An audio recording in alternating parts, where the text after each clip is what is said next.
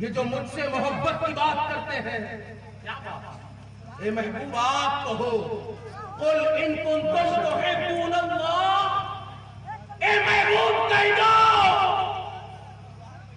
اے لوگو اگر تم اللہ سے محبت کرتے ہو فاتبعونی تو میری اتباع کرو۔ ماشاءاللہ، فاتبعونی میری اتباع کرو۔ ہم نبی کی اتباع کریں گے تو کیا ملے گا؟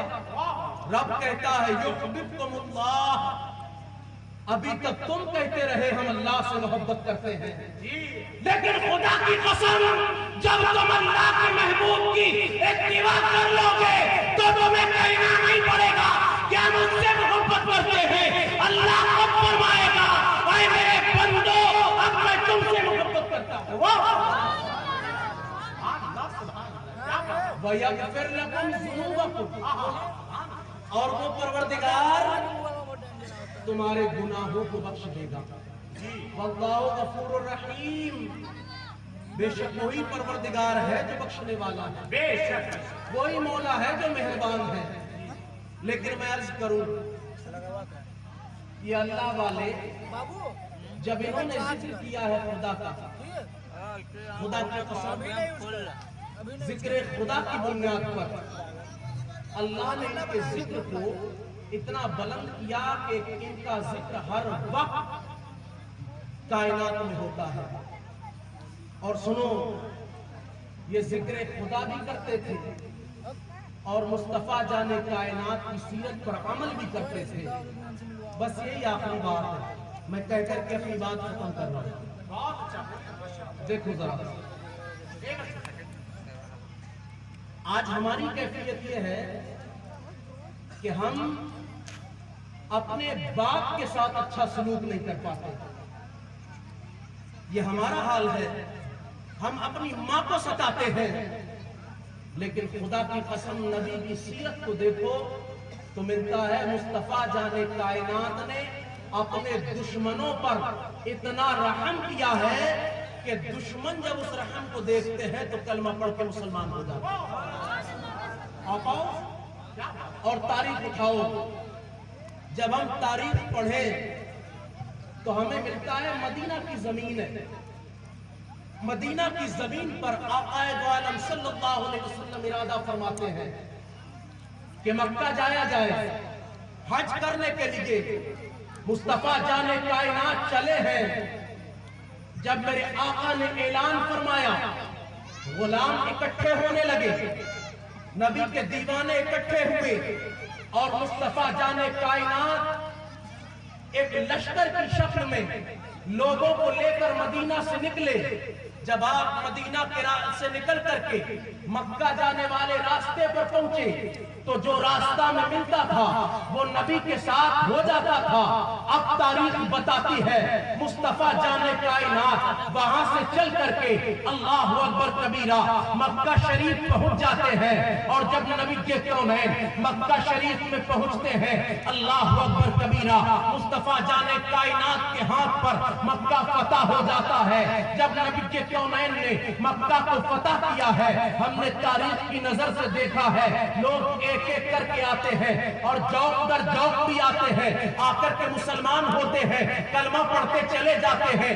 اللہ اکبر کبیرہ مدینہ مکہ کی سرزمین پر لوگ آتے جا رہے ہیں اور کلمہ پڑھتے جا رہے ہیں، وقت گزرتا جا رہا ہے، یہاں تک کہ نبی کے کونین کے پاس اب ایک بندہ آتا ہے اللہ اکبر کبیرہ جسے دنیا حضرت وحشی کے نام سے جانتی ہے۔ جب وہ آتے ہیں آنے کے بعد اللہ اکبر مصطفیٰ جانے کائنات کی بارگاہ میں حاضری دیتے ہیں، نبی کی بارگاہ میں حاضری ہوتی ہے، آقا سے عرض کرتے ہیں یا رسول اللہ کلمہ پڑھائیں۔ نبی کے کونین نے کلمہ پڑھایا اور پڑھانے کے بعد مسلمان کر لیا ہے۔ اب جب مسلمان ہو جاتے ہیں عرض کرتے ہیں آقا آپ نے مجھے پہچانا میں کون ہوں؟ مصطفیٰ جانے کائنات ارشاد فرماتے ہیں ہاں ہاں میں جانتا ہوں تو کون ہے۔ اللہ اکبر آپ بھی سنو یہ وحشی ہے کون؟ تو اسلام کی تاریخ میں دوسری جنگ ہوئی ہے جس کو جنگ احد کہا جاتا ہے۔ یہ احد کی جنگ بہت اہمیت کی حامل ہے اسلام کی تواریخ میں۔ اللہ اکبر میدان احد میں مصطفیٰ جانے کائنات اپنے دیوانوں مسلمانوں کو لے کر کے گئے تھے 700 نبی کے غلام، اللہ اکبر کبیرہ، نبی کے ساتھ احد کے میدان میں جمع ہوئے تھے، 10,000 سے زائد کا لشکر آیا تھا، اللہ اکبر۔ اسی اسنا میں جب کہ جنگ ہو رہی تھی، اللہ تاریخ بتاتی ہے جنگ ہو رہی تھی، جنگ کے بیچ میں آ کر کے ہندا نے کہا تھا اے وحشی ایسا کر، اگر تو حمزہ کو شہید کر دیتا ہے تو تجھے آزاد کر دیا جائے گا اور جتنا مال تو چاہے گا اتنا مال تجھے دیا جائے گا، اللہ اکبر۔ تاریخ بتاتی ہے وحشی نے سنا تھا تو مال کا لالچ دل میں آیا اور مال کا لالچ دل میں لے کر کے وحشی آگے بڑھا۔ حضرت امیر حمزہ ہے نبی کے کونین کے چچا ہے، یہ سگے اور حقیقی چچا نبی کے کونین کے ہیں، اللہ اکبر۔ ادھر جنگ ہو رہی ہے، حضرت امیر حمزہ تلوار چلا رہے ہیں، وحشی نے نیزہ جب مارا ہے، اللہ اکبر کبیرہ، ادھر پشت میں نیزہ لگا ہے، نیزہ پار ہوا ہے، حضرت امیر حمزہ نے اپنے سامنے والے دشمن پر وار کر کے اسے ختم کیا ہے، اور جب پلٹ کر کے دیکھا ہے تاریخ بتاتی ہے اللہ اکبر کبیرہ، جب وحشی نے دیکھا تھا حضرت حمزہ کا چہرہ تو یہ اسلام کے غازی کا چہرہ تھا، دیکھ کر کے وحشی کو دہشت آتا ہے، اور سکنے کے بعد جب وحشی نے دوڑ لگائی ہے تاریخ بتاتی ہے وحشی نے دوڑنا شروع کیا ہے، لیکن خدا کی قسم یہ اسلام کا وہ شیر تھا، جب وحشی کو دوڑایا تو وحشی نے بھاگ کر کے ایک جگہ بنا لی اور یہ اعلان کیا تھا کہ اسلام کے وہ شیر ہیں جن کی شان یہ ہے اسلام کے شیروں کو چھیڑے نہ کوئی، ورنہ یہ مٹتے مٹا دے گی دنیا کو۔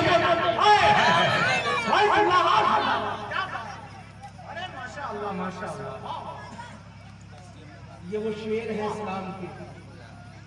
حضرت حمزہ پلٹ پڑے، جب پلٹے ہیں تو وحشی نے دوڑ لگا دی، بھاگنا شروع کیا۔ اب تاریخ بتاتی ہے وہی جنگ کا میدان ہے، حضرت امیر حمزہ پیچھے ہے تو وحشی کو اتنی فرصت نہ ہو سکی کہ پلٹ کر کے پیچھے دیکھے، خوفداری تھا، لیکن جیسے ہی امیر حمزہ کے پشت میں تو نیزہ لگا تھا، بے شمار زخم جسم پر تھے، اللہ اکبر۔ یہ وحشی کے پیچھے دوڑ رہے تھے، پتھر پیر کے نیچے آیا، جب پتھر آیا تو حضرت امیر حمزہ کا پیر پھسلا، آپ خندق میں تشریف لائے، آپ خندق میں آئے، تاریخ بتاتی ہے حضرت امیر حمزہ خندق میں جا کر خندق میں پہنچے۔ جب وحشی نے مڑ کر کے دیکھا اسلام کا وہ شیر تو میرے پیچھے ہے نہیں، آخر ہوا کیا اسے، یہ سوچ کر کے وحشی نے سوچا دیکھوں تو۔ اب وحشی واپس آئے، آ کر کے دیکھا تو حضرت امیر حمزہ ایک خندق کے نیچے آرام سے لیٹے ہوئے ہیں۔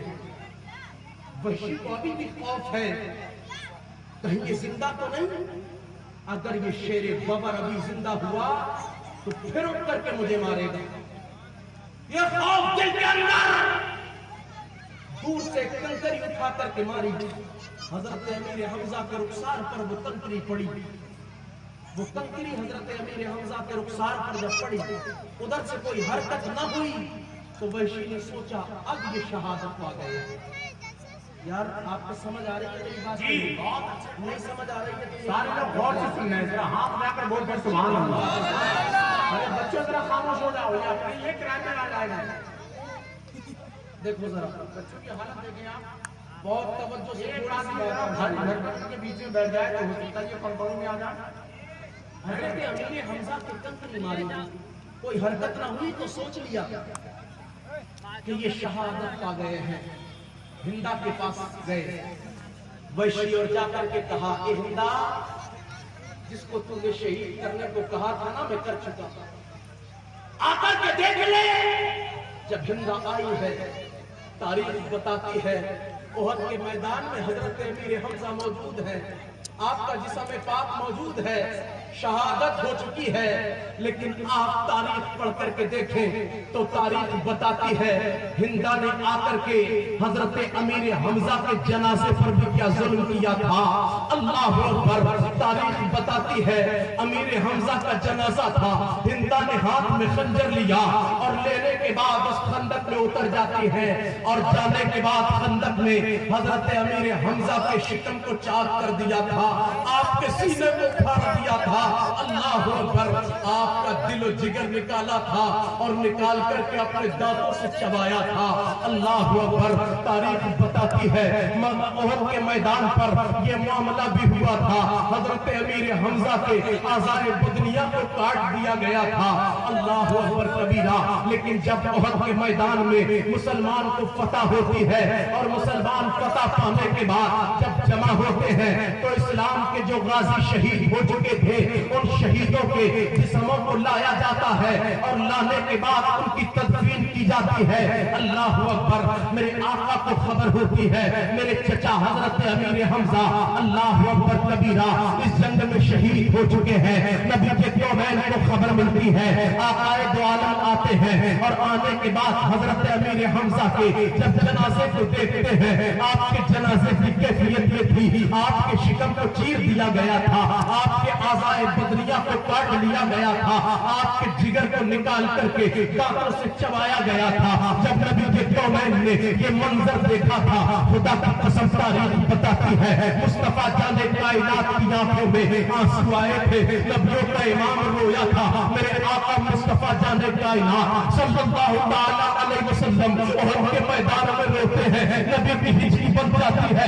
اللہ تب تک کہ نبی کے کونین کی پھوپھی حضرت صفیہ آ جاتی ہے، آنے کے بعد کہتی ہے بھائی اے محمد عربی صلی اللہ علیہ وسلم، میں بھی چاہتی ہوں اپنے بھائی حمزہ کا جنازہ دیکھ لوں۔ نبی کے کونین فرماتے ہیں اے لوگوں سنو سنو، میری پھوپھی کو ان کے بھائی کا جنازہ نہ دکھانا، اس لیے کہ جب یہ دیکھیں گی تو دیکھنے کے بعد ضبط نہ کر پائیں گی، ان سے برداشت نہ ہو سکے گا، اللہ اکبر۔ نبی کے کونین نے ارشاد فرمایا ہے، حضرت صفیہ حاضر ہوتی ہے، عرض کرتی ہے یا رسول اللہ میں حاضر، میں ضرور اپنے بھائی کا جنازہ تو دیکھوں گی لیکن دیکھنے کے بعد آنسو نہ بہاؤں گی، میں روؤں گی نہیں، اللہ اکبر کبیرہ۔ لیکن انہیں اجازت نہ دی جاتی ہے کہ اپنے بھائی کا وہ جنازہ دیکھیں، اللہ اکبر۔ حضرت امیر حمزہ کو ادھر دفن کر دیا جاتا ہے، لیکن یہی معاملہ ہے جب میدان جب مکہ کے اندر میرے آقا پہنچے ہیں، وحشی نے کلمہ پڑھا ہے، آ کر کے کہا تھا کہ آپ مجھے پہچانتے ہیں؟ نبی فرماتے ہاں ہاں میں تجھے کیسے بھول سکتا ہوں، تو وہی تو ہے جس نے میرے چچا امیر حمزہ کو شہید کیا تھا، اللہ اکبر۔ وحشی نے یہ سنا تھا، آنکھوں میں آنسو آئے تھے، رونے لگے تھے، نبی کے کونین فرماتے ہیں جب میں نے تجھے معاف کر دیا ہے مجھے تجھ سے کوئی بدلہ نہیں لینا ہے، اللہ اکبر۔ یہ تاریخ بتا رہی ہے کہ نبی کے کونین نے اپنے دشمن سے کوئی بدلہ نہیں لیا ہے، اپنے دشمن سے کوئی بدلہ نہیں طلب کیا ہے، اللہ اکبر۔ اب ذرا آپ غور فرمائیے گا، نبی کے کونین نے حضرت وحشی کو وہاں پر معاف کیا ہے اور کلمہ پڑھا کر مسلمان کر دیا ہے، اللہ اکبر کبیرہ۔ اور ارشاد فرمایا ہے اے وحشی تم کبھی میرے سامنے نہ آنا، اس لیے کہ جب تم سامنے آتے ہو مجھے اپنے چچا کی یاد آ جاتی ہے، اور جب چچا کی یاد آتی ہے تو میں ضبط نہیں کر پاتا ہوں، اگر تم آنا بھی تو میرے پیچھے سے اپنی بات کو عرض کرنا، اللہ اکبر۔ اس کے بعد سے لے کر کے جب تک نبی کے کونین حیات رہے ہیں تب تک وحشی نے کبھی بھی نبی کے کونین کے سامنے سے حاضری نہیں کی ہے، بلکہ جب جب حاضر ہوتے تھے نبی کے کونین کے پیچھے سے حاضر ہوتے تھے، اللہ اکبر۔ یہ نبی کے کونین کا کردار تھا، یہ مصطفیٰ جان کائنات صلی اللہ علیہ وسلم کا اخلاق تھا۔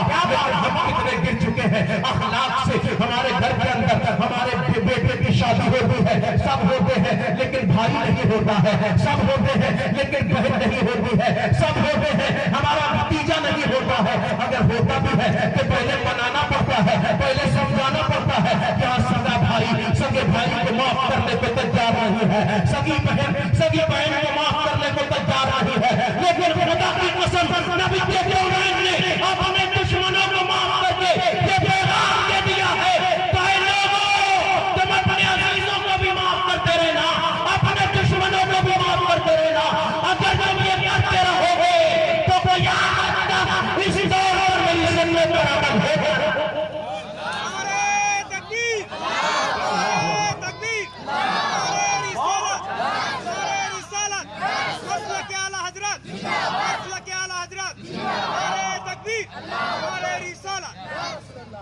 آقا صلی اللہ علیہ وسلم کی زندگی ہے.